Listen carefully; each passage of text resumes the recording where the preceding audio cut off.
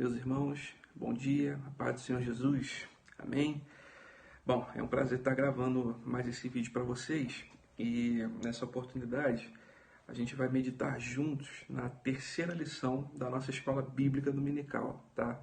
Você que já tem a sua revista sabe que esse é o dia que nós vamos conhecer um pouco melhor o Salmo de número 23. Esse salmo que é muito conhecido, talvez dos salmos o mais conhecido da Bíblia, um dos textos da Bíblia mais lidos, mais conhecidos e também mais decorados, né?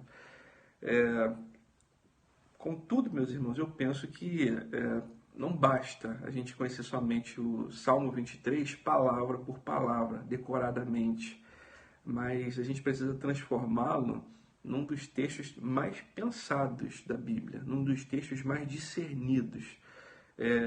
Decorar as palavras é muito fácil de fazer. Agora, você refletir, pensar, principalmente você ouvir Deus falar através desse texto, requer um pouco mais de paciência, né?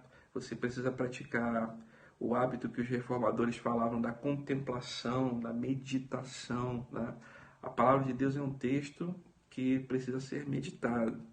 E eu acho muito oportuna essa lição, onde nós juntos vamos meditar, né, segundo o direcionamento do autor da revista e também do Espírito Santo, obviamente, para que a gente perceba, né, o quão rico e importante são essas palavras para a nossa vida, para a nossa saúde espiritual, né? Eu penso que esse simples vídeo vai abençoar a sua vida e vai fazer você se inteirar um pouco mais daquilo que está sendo revelado nesse texto que já é muito conhecido e agora, além de conhecido, vai ser um texto muito importante para a nossa vida espiritual, tá bom?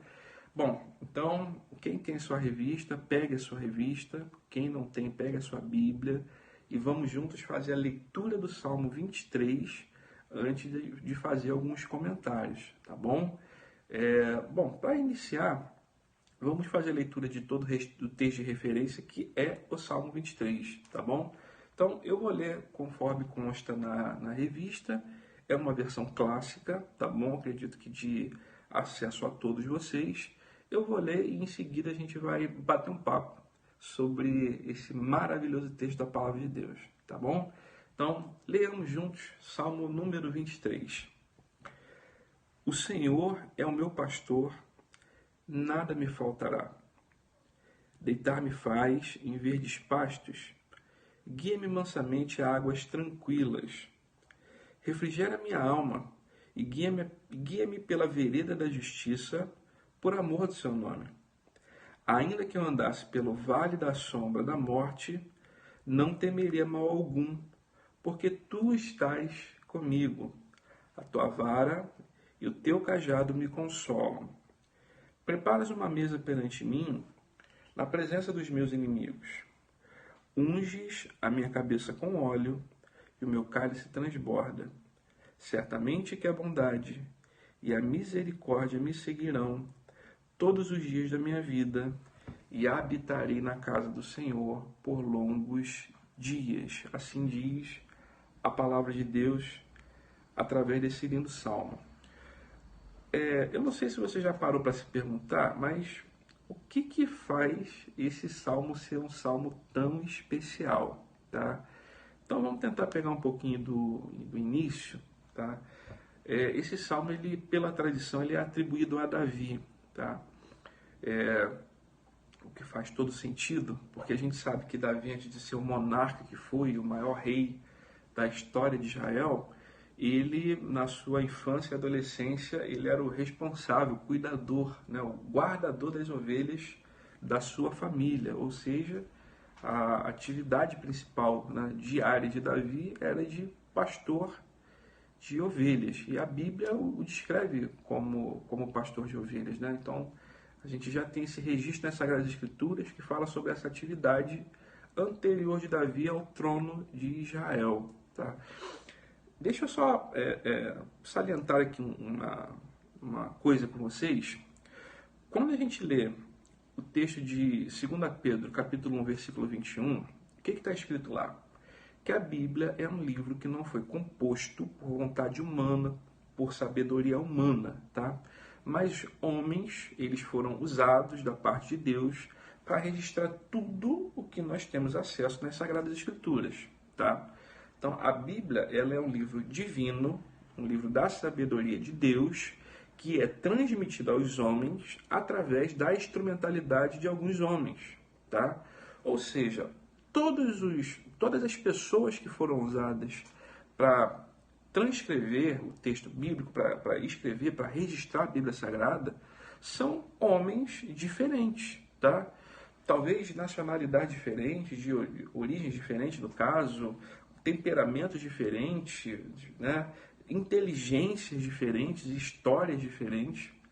E Deus, ao usar cada um desses homens, Deus ele preservou, tá, algumas particularidades desses homens. Da mesma forma que eu pego uma caneta azul, escrevo no papel e sai na cor azul, eu entendo, porque essa é a caneta que eu escolhi, então eu preciso manter as características daquele instrumento, dessa caneta que eu estou registrando no papel.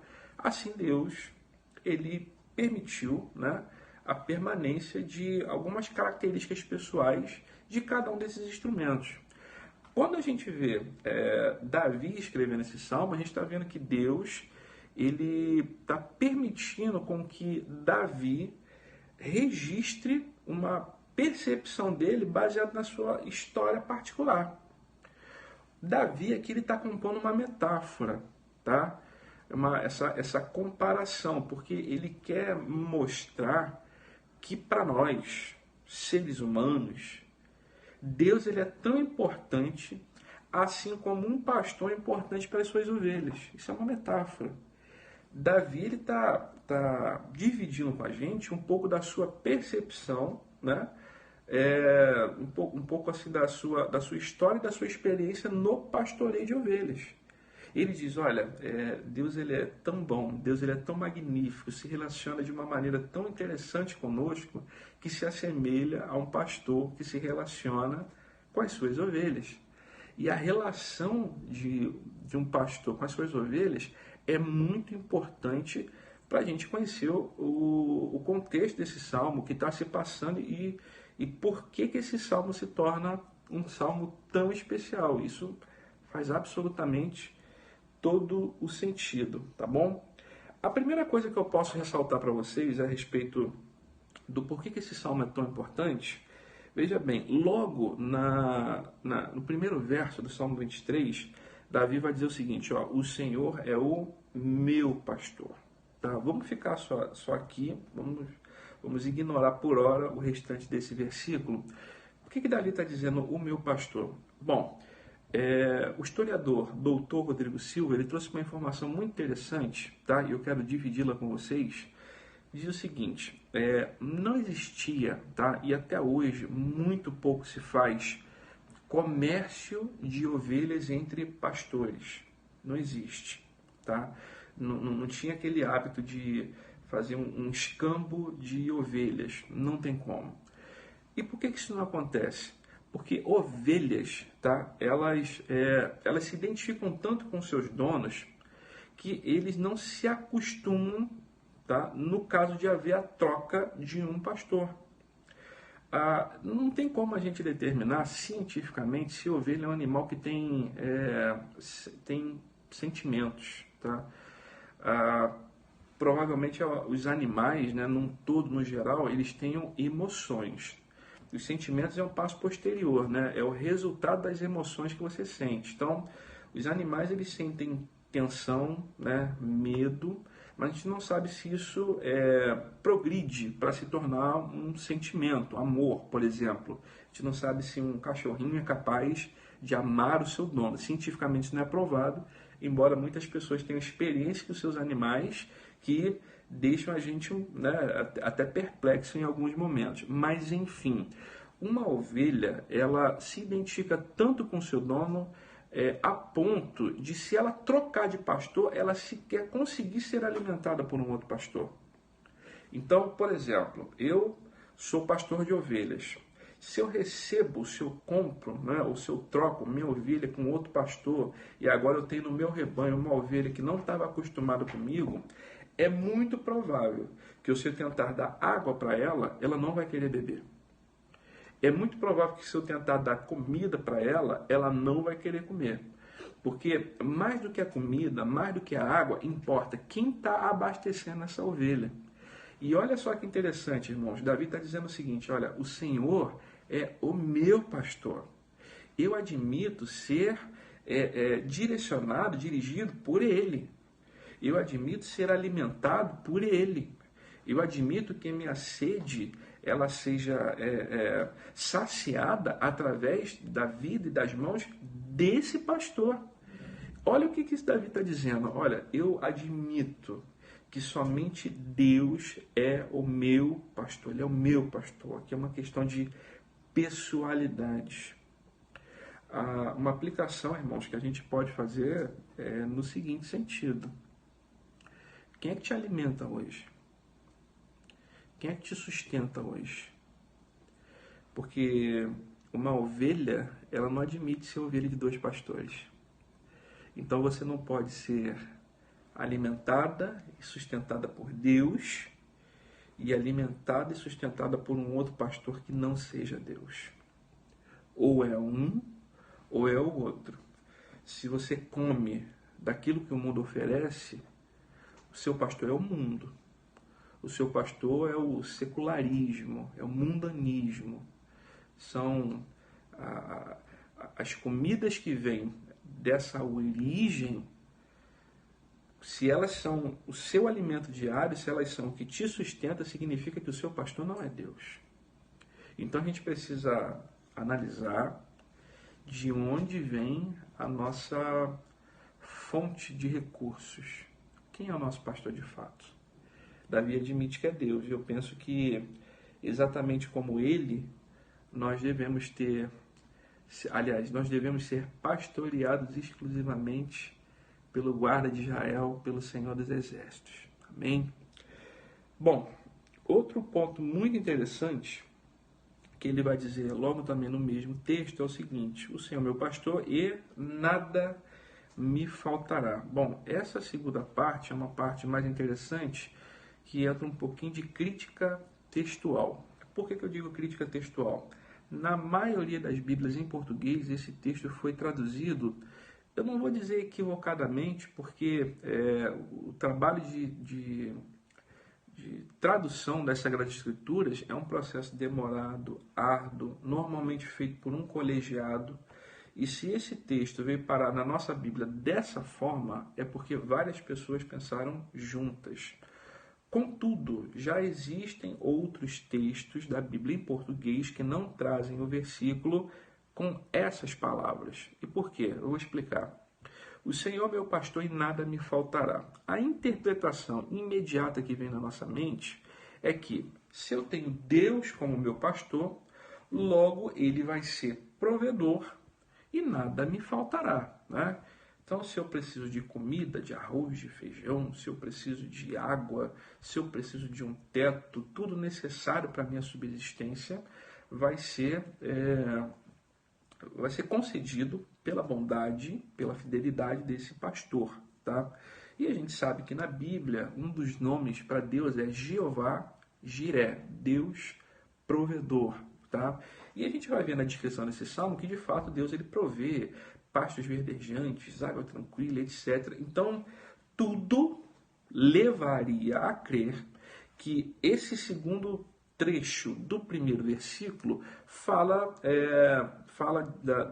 do caráter do Deus provedor, e não é. Tá? Quando você lê esse texto no hebraico, no original, na língua original onde esse texto foi escrito, o correto é o seguinte: o Senhor é meu pastor, de nada terei falta.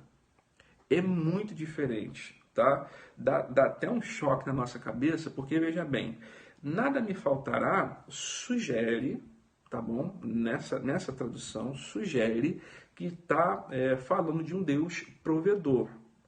Contudo, o original não fala de provisão, fala de suficiência. Porque veja bem, se o Senhor é meu pastor, de nada eu tenho falta. Se o Senhor, meu pastor, ele é suficiente, ele é tudo o que eu preciso. Ele é tudo o que eu amo. Ele é tudo que é necessário para a minha existência. Então, assim, não importa o contexto, não importa o entorno. Se o Senhor é meu pastor, isso para mim é o que basta. Isso para mim é o que importa.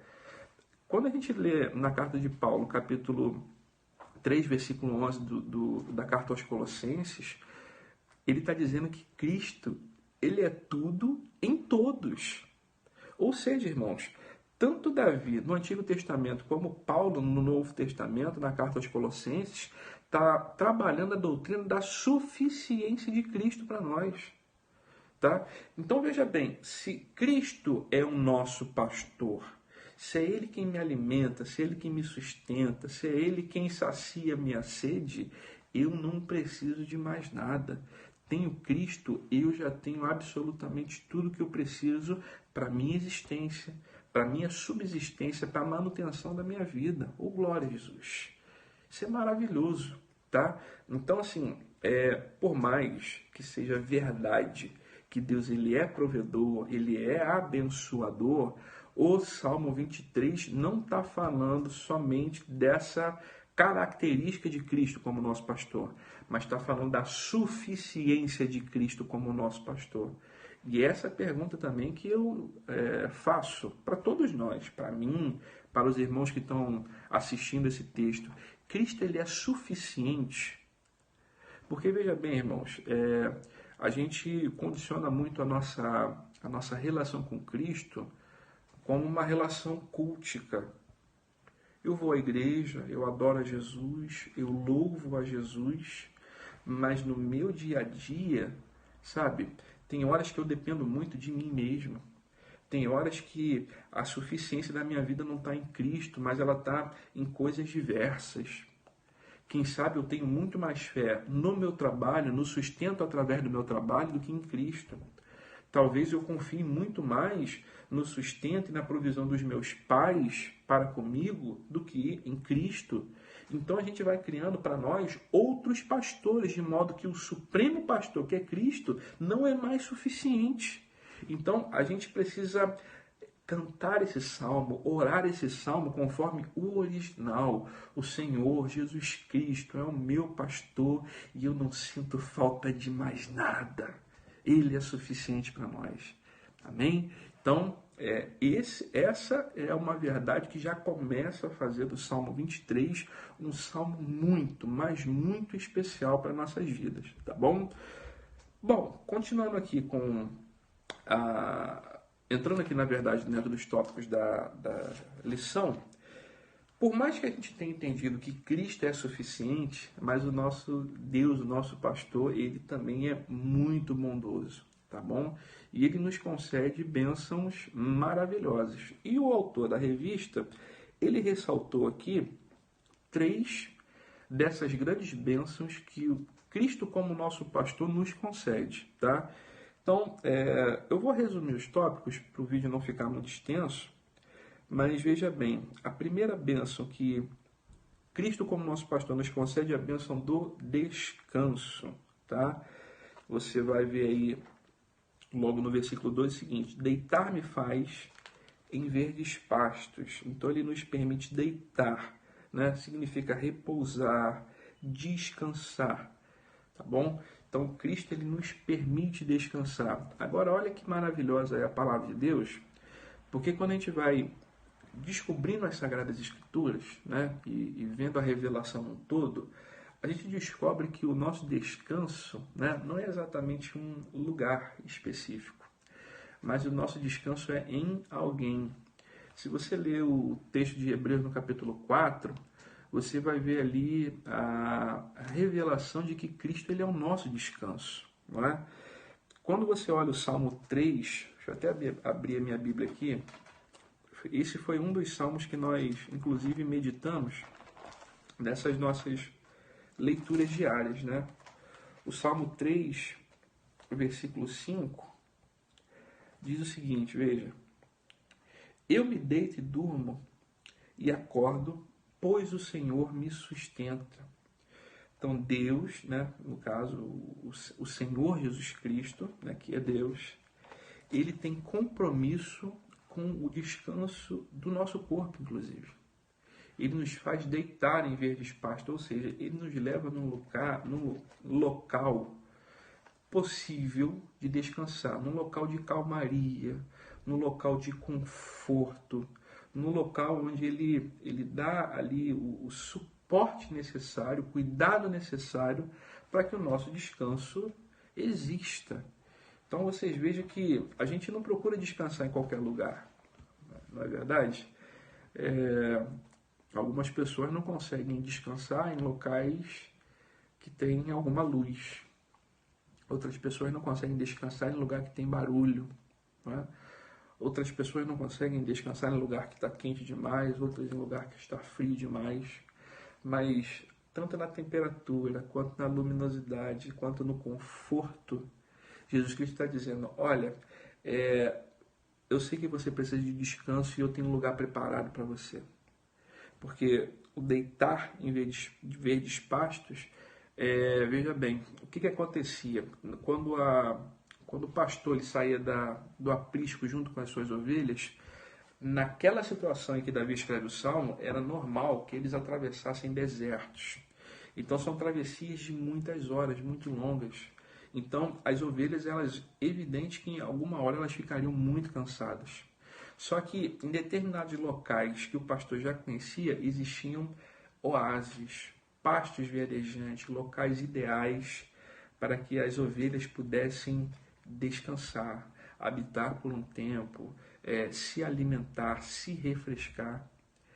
Então, meu irmão, se existe algum momento de provação na sua vida, se você talvez está cansado, se você sente que está caminhando há muitos dias, há muito tempo ou há muitas horas, se Cristo é o seu pastor, chegará um momento na sua vida que ele vai te direcionar a pastos verdejantes, porque ele sabe que você precisa de descanso.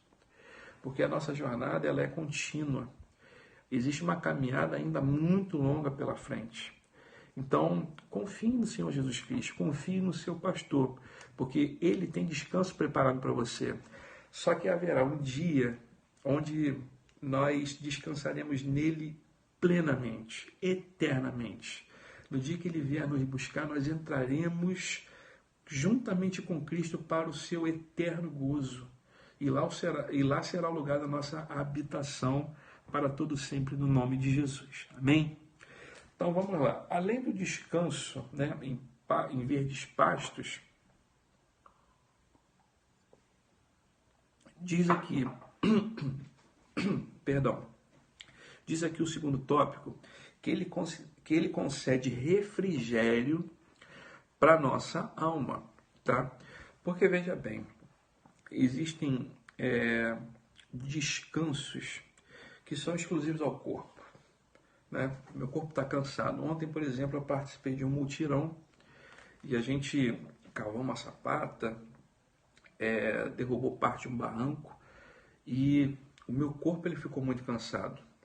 Então eu cheguei em casa, tomei meu banho, me alimentei e dormi, porque o meu corpo precisava de descanso. Então, para isso a cama era o suficiente, um travesseiro era o suficiente, assim como os pastos verdejantes para ovelhas são o suficiente. Mas existem algumas situações que descansar o corpo não é suficiente. Existem situações que a nossa alma fica aflita, que o nosso coração ele fica muito temeroso, que ele fica abatido, né? Tem horas que a nossa mente ela não desliga, não consegue sair daquele problema, não consegue focar em outra coisa. Então, quando a Bíblia, né, no Salmo 23 diz que Deus concede refrigério à alma, está dizendo que aquele que tem fidelidade com o nosso descanso, com o nosso corpo, ele também refrigera a nossa alma. Ou seja, Deus ele cuida das duas coisas. Ele quer que a sua ovelha fique com o corpo sadio, mas quer que a sua ovelha também fique com a alma sadia.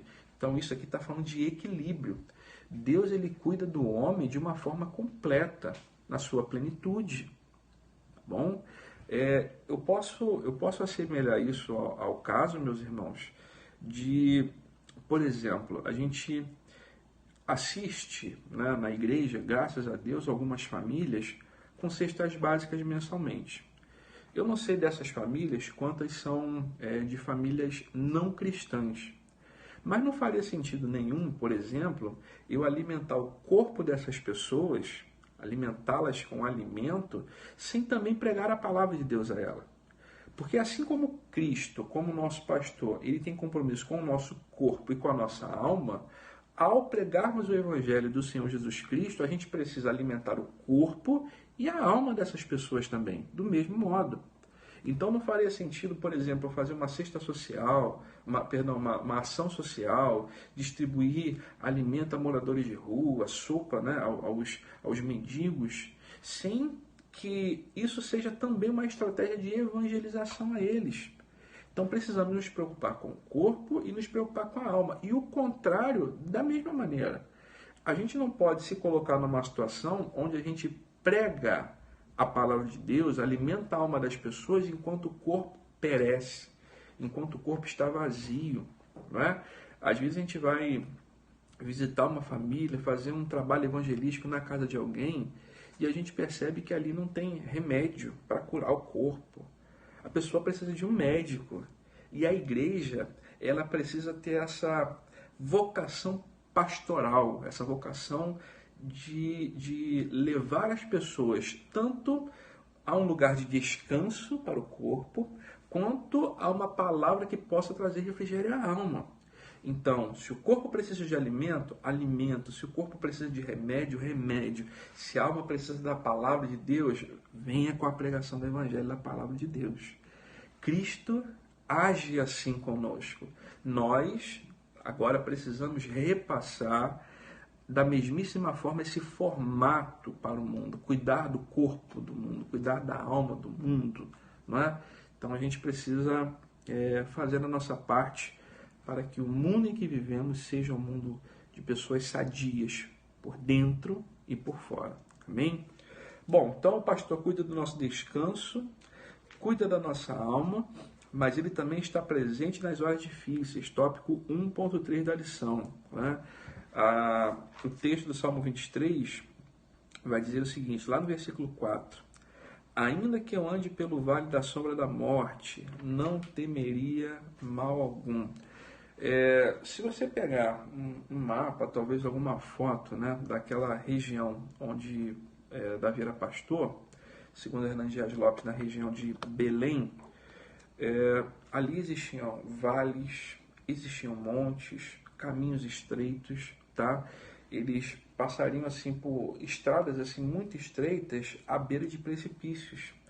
Então, muito provavelmente, quando o Davi ele se refere a Vale da Sombra da Morte, ele está dizendo de lugares onde as ovelhas passariam e que qualquer escorregão poderia ser fatal, tá? Só que, olha, veja bem, aqui vai dizer o seguinte, por mais que a ovelha passe por esses locais, ela passa sem temer somente pela presença do pastor juntamente com elas. Por quê? Porque a presença do pastor traz segurança ao rebanho. Isso me faz lembrar de um poema muito antigo chamado Pegadas na Areia. Não sei se os irmãos já ouviram. Eu não tenho como recitar todo o poema, não tenho nem habilidade, né, para isso, né?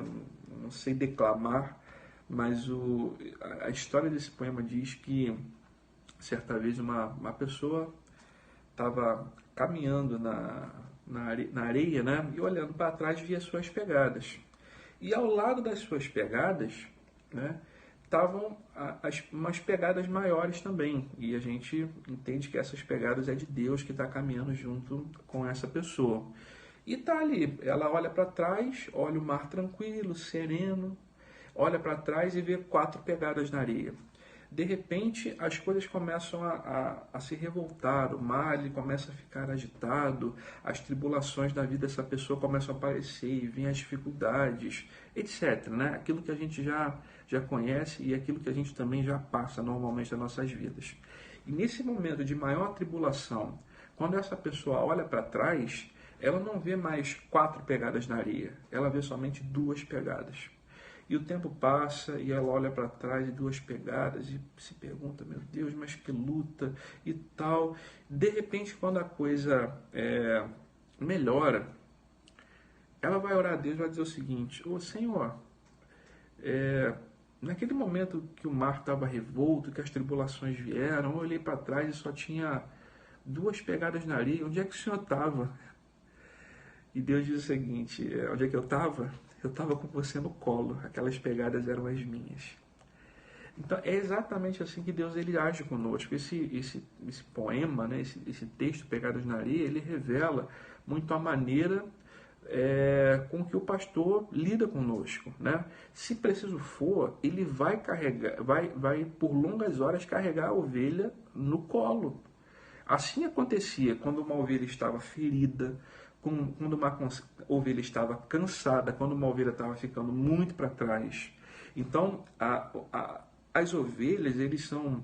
É interessante ali o grupo de ovelhas, porque são animais que eles só conseguem viver em grupo, viver bem, viver com qualidade em grupo. E o pastor sabe disso. Portanto, se uma ovelha começa a ficar cansada e começa a ficar para trás, ele sabe que ela não consegue se defender, ele sabe que ela não consegue se virar sozinha, então precisa da atuação do pastor. E a ovelha sabe que ela pode passar por qualquer lugar, em qualquer circunstância, em qualquer situação, porque o pastor a defende, o pastor está ali para poder dar todo o suporte que é necessário. Então, em Cristo, meus irmãos, na nossa vida nós temos o descanso que Ele nos concede para o corpo, o descanso, o refrigério para a nossa alma e a sua gloriosa presença. Então veja que isso não é pouca coisa. Então são verdadeiras as palavras do primeiro verso, que diz que se Cristo é o nosso pastor, realmente a gente não sente falta de mais nada. Tudo que a gente precisa, as coisas essenciais, as coisas vitais, Ele nos concede. Amém? Então, continuando aqui com a leitura da nossa revista, o tópico ponto 2 fala sobre as necessidades das ovelhas. Então, agora o foco já não é mais exatamente o pastor em si, mas a necessidade da ovelha que é atendida por esse pastor. Tá, ok? Bom, em primeiro lugar, aliás, deixa eu ler aqui os 3 tópicos, né? E a gente faz algum breve comentário. Primeira necessidade de proteção. Segunda necessidade de direção. E em terceiro lugar, necessidade de provisão. Então, veja bem, com relação à proteção, a gente vê que, no versículo 4 também, diz o seguinte, por mais que eu passe no vale da sombra da morte, eu não temo mal algum, tu estás comigo. A sua vara e o seu cajado me consolam. Bom, aqui a gente tem a presença de 2 instrumentos, vara e cajado. Contudo, alguns historiadores vão dizer que vara e cajado são, na verdade, o mesmo instrumento, só que com uma adaptação. Então, o pastor ele tem uma vara, uma ponta, talvez afiada, que serve justamente para poder espantar animais, né, para poder... Na chegada de algum malfeitor, algum animal, né, algum lobo talvez, não sei os animais que atacaram as ovelhas, a Bíblia traz relatos de leões, né, enfim. Então você vê que são animais ferozes e precisavam ser atacados com uma força a mais, né, e a vara ela tinha esse objetivo de servir como arma para o pastor. Mas, segundo alguns historiadores, e o Dr. Rodrigo Silva é um deles, diz que nessa vara, que era usada como arma, que você adaptava uma ponta diferente, transformando essa vara em cajado. E esse cajado ele tinha uma ponta, né, semelhante à ponta de uma bengala, que serviria para uma situação de uma ovelha cair num penhasco, de ficar agarrado em algum lugar, ele conseguir puxar para perto de si essa ovelha, esse animal que estava em situação de perigo. Então, a proteção que Deus nos concede é idêntica a essa proteção que o pastor dá às suas ovelhas. Em primeiro lugar, afastando o mal e nos recuperando em situação de perigo. Porque existem ovelhas que são arredias, que elas se afastam do rebanho, né? Que elas se enroscam em arbustos, em algumas folhagens, acabam estragando o seu pelo. E isso é muito ruim, porque o pelo da ovelha ele é muito valioso, e se tem um pelo danificado, essa ovelha passa a não valer muita coisa, né? Passa a não dar lucro para a família ou até mesmo para o seu próprio pastor. Então, assim, o ideal é que, além de, lógico, de preservar a vida, é de preservar os valores da ovelha. Assim, irmãos, como nós somos dotados de valores que o Senhor colocou em nós. Então, às vezes, a gente se coloca em situações que esses nossos valores, eles se perdem, né?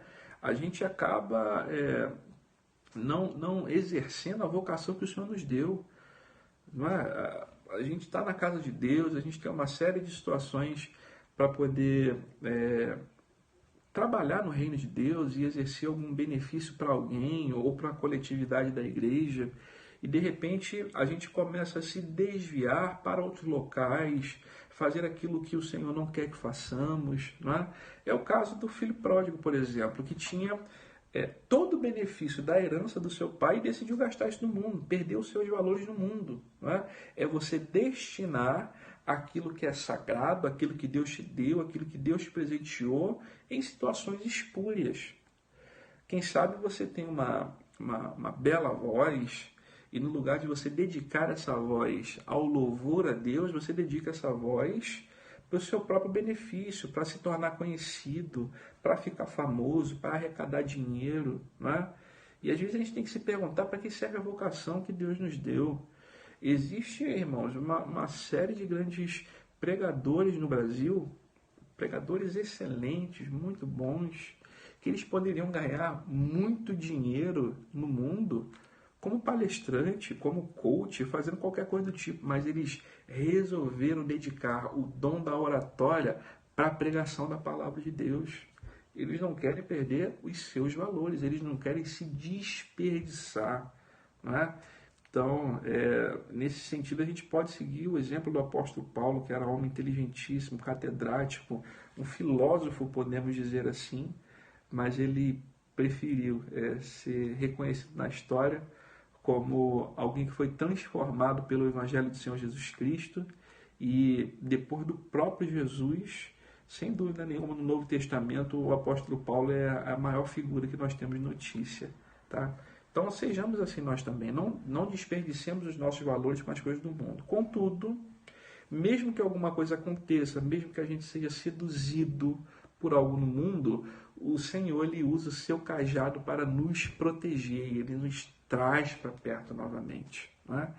Então, não somente nos traz para perto, mas ele espanta o mal.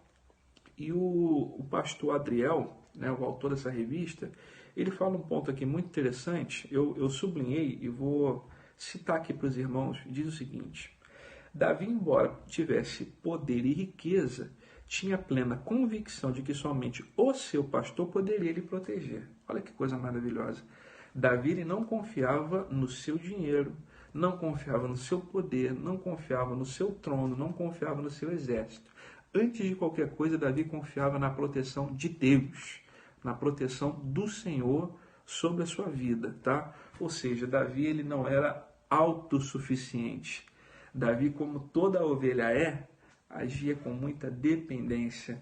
É exatamente por isso, meus irmãos, que a Bíblia vai dizer que vai alcançar o reino dos céus aquele que se comportar como uma criança, tá? E por que o próprio Jesus Cristo no Novo Testamento ele faz essa analogia? Porque uma criança ela é dependente dos seus pais, né? Ela come se o pai lhe der comida, né? Talvez a criança pode ter o berço mais confortável do mundo, mas não tem lugar melhor para uma criança dormir do que no colo da mãe, do que no colo do pai. A criança ela quer ser cuidada por alguém. Assim é uma ovelha, assim é uma criança, assim somos nós, ou pelo menos devemos ser. Então, abandonemos qualquer postura de autossuficiência da nossa parte e vamos descansar no Senhor. Vamos aguardar proteção, cuidado da parte dele, tá? Porque é isso que ele tem para nós. Amém? Bom, outro ponto, necessidade de direção. Eu não sei se você sabe, mas as ovelhas, elas são tipo eu, assim, ó, precisam de óculos, são animais que não enxergam bem, tá? As ovelhas, elas não têm essa acuidade visual. Então, o pastor, para ele ter certeza de que as ovelhas estão o seguindo, ele desenvolveu algumas técnicas, né? E uma delas é através da voz. Então, o pastor, ele grita, ele canta, ele vai chamar a atenção das ovelhas para que as ovelhas possam segui-lo e assim serem direcionadas no caminho. Isso é muito interessante, porque quando uma ovelha não consegue enxergar o caminho, ela sabe que tem alguém que a direciona, tá? E eu acho muito legal porque a gente vai olhar no Salmo 37, no versículo 5, também um versículo muito conhecido da Bíblia que diz: entrega os seus caminhos nas mãos do Senhor, confia nele e o mais ele fará. Então, veja bem, eu não enxergo o caminho, mas eu ouço a voz daquele que me direciona para o caminho e nele eu confio. Irmãos, em outras palavras, o nome disso é fé. Eu não vejo por onde eu estou passando, eu não vejo por onde eu estou indo, mas eu confio em quem está me dirigindo. Isso é maravilhoso. Porque vão existir situações na nossa vida que a gente não vai enxergar no final do túnel, não. A gente não vai ver o resultado, a gente não vai ver o final, a gente não vai prever, a gente vai ficar só naquela situação de tensão. Porém, com a bênção da presença do pastor entre nós, a gente sabe que o nosso fim com ele não pode ser outro senão um fim de vitória, senão um fim abençoado. Porque nós estamos no seu caminho, na sua direção, ouvindo a sua voz. João, capítulo 10, versículo 27, vai dizer o seguinte, olha, vou até abrir a Bíblia aqui para a gente poder ler junto, na íntegra, esse texto. Inclusive, mantenha a Bíblia aberta, se possível, no texto de João, que a gente vai fazer algumas considerações por lá também. Ó. João 10, 27. Ó, vou ler 26 e 27. Mas vós não credes, porque não sois minhas ovelhas. Estas, ou seja, as minhas ovelhas, ouvem a minha voz, e eu as conheço, e elas me seguem. Ou seja, as minhas ovelhas ouvem a minha voz e me seguem. Se você não conhece a voz do seu pastor, é porque você não é ovelha dele. Se você não ouve a voz de Deus, é porque você não é ovelha dele. Se você não é ovelha dele, não tem como você dizer que está nos caminhos do Senhor. Isso é problemático, isso é grave. Então, esteja na direção de Deus, viva a direção de Deus e entregue seus caminhos nas mãos do Senhor. E caminho, irmãos, é uma metáfora para trajetória. Caminho é uma metáfora para maneira de viver, para modo de vida, né? Estilo de vida. Então, que estilo de vida a gente tem levado? Dependendo da resposta, a gente vai saber se você está no caminho do Senhor e se Ele é seu pastor ou não. Então, pense nisso, reflita, tá? Reveja os seus hábitos, reveja as suas atitudes e se pergunte se de fato você é uma ovelha do aprisco de Cristo. Amém? Tópico 2.3 fala sobre necessidade de provisão. Talvez até por não conseguir enxergar, o autor aqui da revista está comentando que as ovelhas não conseguem discernir nem o que se alimentar, nem o que é erva própria para consumo e o que é venenoso. Então veja bem o que acontece quando a ovelha decide se alimentar por conta própria. Isso é sério. Outro dia eu estava conversando até com o pastor Itamar e a gente estava conversando, né, dentre outras coisas, o quanto que existe veneno, né, sendo jogado em algumas igrejas por aí. Quando homens tentam fazer o papel de Deus, irmãos, tudo dá errado. Não é o homem que alimenta a igreja. É o Senhor da igreja, o pastor da igreja que alimenta a igreja. E para isso, ele já deixou a sua palavra como alimento. Então não se alimente de nada que venha fora da Bíblia, não se alimente de nada que esteja fora das Sagradas Escrituras, tá bom? Deus ele já tem dado tudo que é necessário para que a gente chegue ao céu. Na trajetória nós já estamos, ouvindo a voz dele, nós já estamos ouvindo. Agora, na caminhada, a gente precisa se reabastecer e não coma nada de outro pastor. Não se alimente de nada que esteja fora das Sagradas Escrituras. Ovelha às vezes não consegue discernir, a gente se esforça, né? A gente se esforça bastante para tentar separar aquilo que é bom, aquilo que é ruim, mas tem hora que a gente erra. Então não depende da gente, depende do Senhor. Então tenha a palavra de Deus como alimento diário para a sua vida. Amém? Tópico 3 da nossa lição, Cristo, o Supremo Bom Pastor. Bom, para quem tinha alguma dúvida, que era sobre Jesus Cristo, que Davi estava falando no Salmo 23, quando você lê o Evangelho de João, você já não tem mais dúvida nenhuma, né? Porque o próprio Jesus, ele vai se descrever, existe uma autodescrição de Jesus Cristo no Evangelho de João, onde ele mesmo diz que ele é o bom pastor. Ele não é só o bom pastor, mas ele também é a porta, né, do curral das ovelhas. Então ele é a porta que dá acesso ao aprisco, ele é o pastor do aprisco, e existem outras informações interessantes, que quanto ao pastorado de Jesus Cristo, né, o Novo Testamento vai dizer que Jesus é o bom pastor, João 10:11, vai dizer que Jesus é o grande pastor, Hebreus 13:20, e vai dizer que Cristo é o supremo pastor, 1 Pedro 5:4, tá? Então, se Cristo é o supremo pastor da igreja, irmãos, então pode ser o pastor que for, não passa de co-pastor, porque o pastor da igreja é Cristo. A igreja ela tem um dono, tá? E esse dono ele não é humano. A igreja ela tem alguém que cuida dela, e esse é o Filho de Deus. Então, Cristo ele se coloca como pastor da igreja, e qualquer homem que atue na função pastoral, ele não passa de um auxiliar de Cristo, tá? Então, essa é uma vocação de extrema humildade, porque um pastor de igreja, antes de tudo, ele é um servo da igreja, porque ele é um servo de Jesus, e ele serve a Deus, servindo as ovelhas de Deus. Isso é uma bênção, isso é maravilhoso, tá? E, bom, com relação ao pastorado de Jesus, a primeira coisa que a gente observa, já deixando o texto de João 10 aberto, que o bom pastor, que Jesus afirma ser, ele faz uma distinção do seu pastorado e dos mercenários.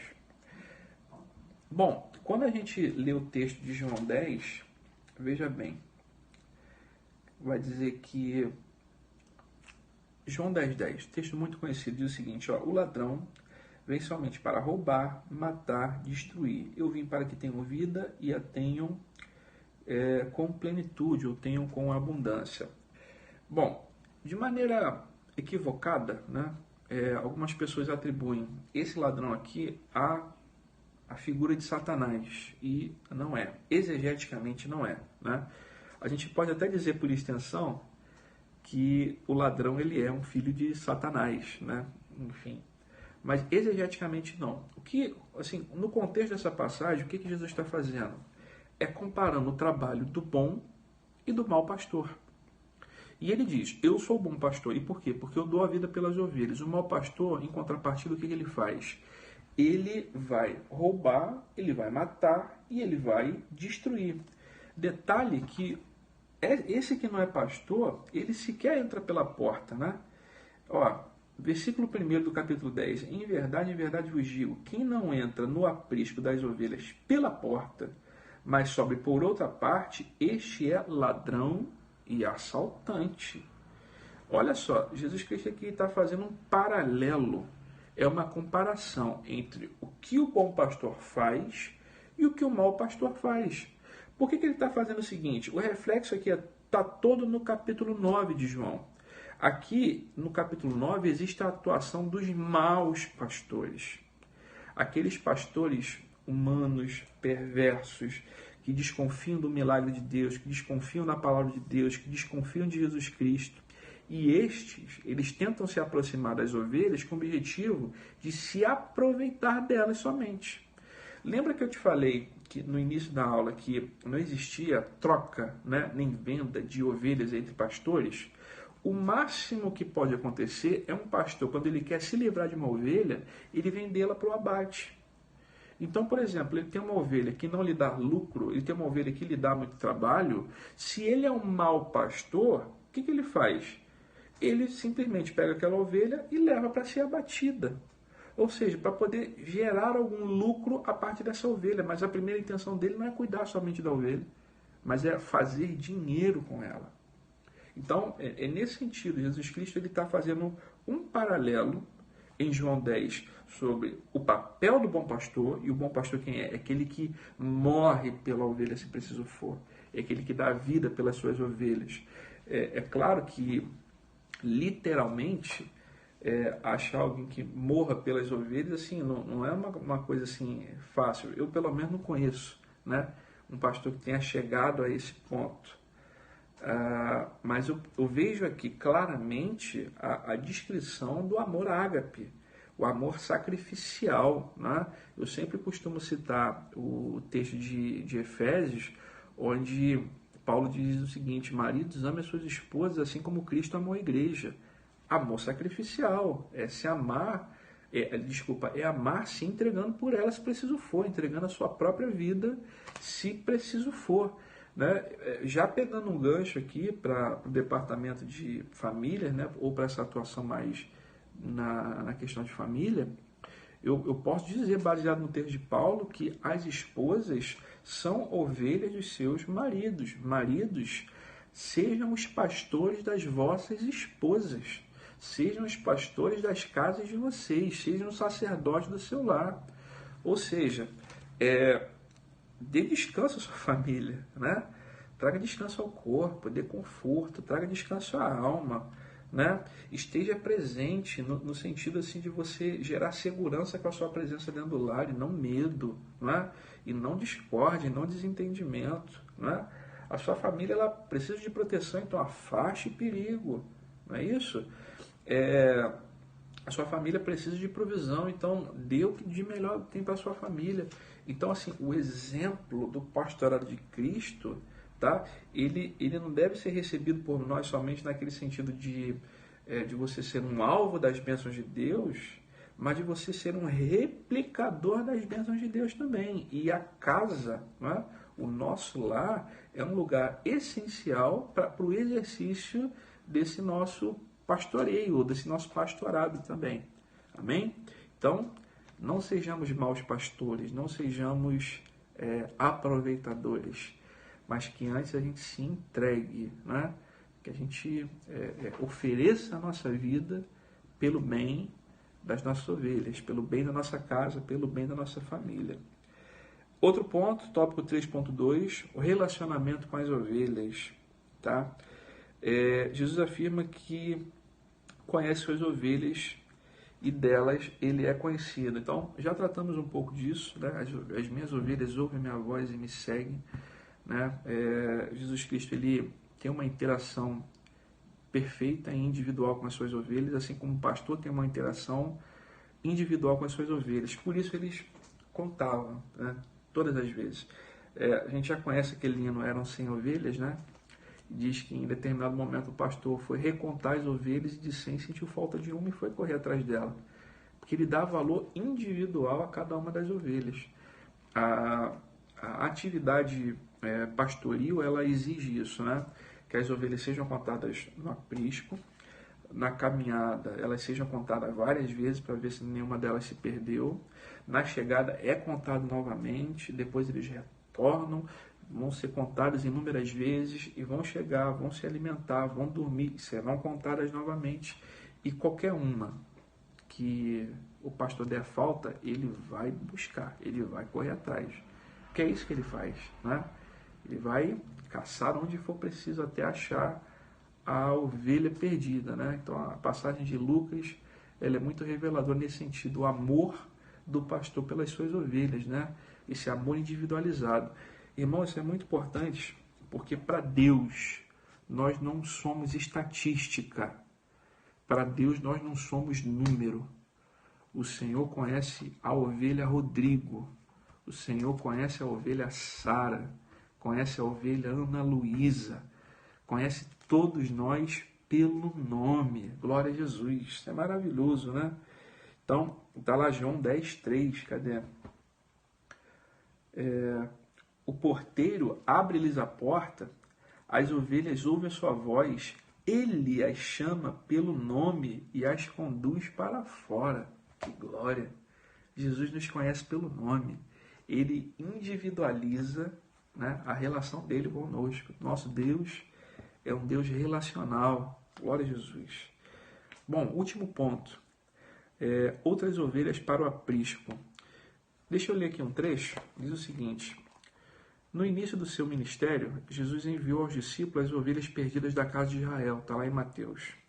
No entanto, as ovelhas de Cristo não se restringem apenas aos judeus. Pedro anunciou o evangelho aos gentios e Paulo anunciou o evangelho até os confins do Império Romano. Consequentemente, nós somos ovelhas de Cristo.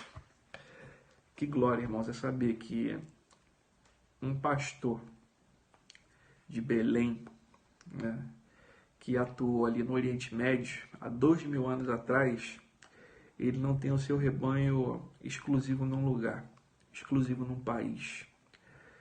Hoje a mensagem desse pastor se alastrou o mundo afora, né? Se alastrou em todos os cantos da terra e em todos os lugares. Tem pessoas se convertendo e sendo conduzidas ao aprisco de Jesus Cristo. Nós somos brasileiros, gentios, e entendemos que fomos chamados por Cristo para poder fazer parte de um grande rebanho. E é importante que, além de fazer parte desse rebanho, que a gente se sinta acolhido por Deus, acolhido por Jesus Cristo, sustentado por eles e protegido por Ele. Amém? Eu quero finalizar essa aula com uma história que diz que há um tempo atrás, alguns anos atrás, uma rádio, ela realizou um concurso para locutores, né? Queria saber quem era o melhor locutor, e para que o concurso ele fosse feito com algum equilíbrio, eles escolheram o mesmo texto para que todos os locutores lessem, né? Você já deve imaginar, mas o Salmo 23 ele foi o texto escolhido para que todos os locutores pudessem, né, fazer uma apresentação da sua voz, uma apresentação da sua locução com a leitura desse texto das Sagradas Escrituras. E existia uma plateia, existia um apresentador, existia uma banca de jurados, e diante de todo esse público, os locutores fariam a sua leitura para poder concorrer ao prêmio de melhor locutor. E vários desses locutores, eles leram um salmo com uma voz impostada, usando as suas técnicas, né? Talvez alguns com um fundo musical para gerar mais alguma emoção. E quem usou mais técnica, né? Quem se saiu melhor, é evidente que ficou com as melhores notas.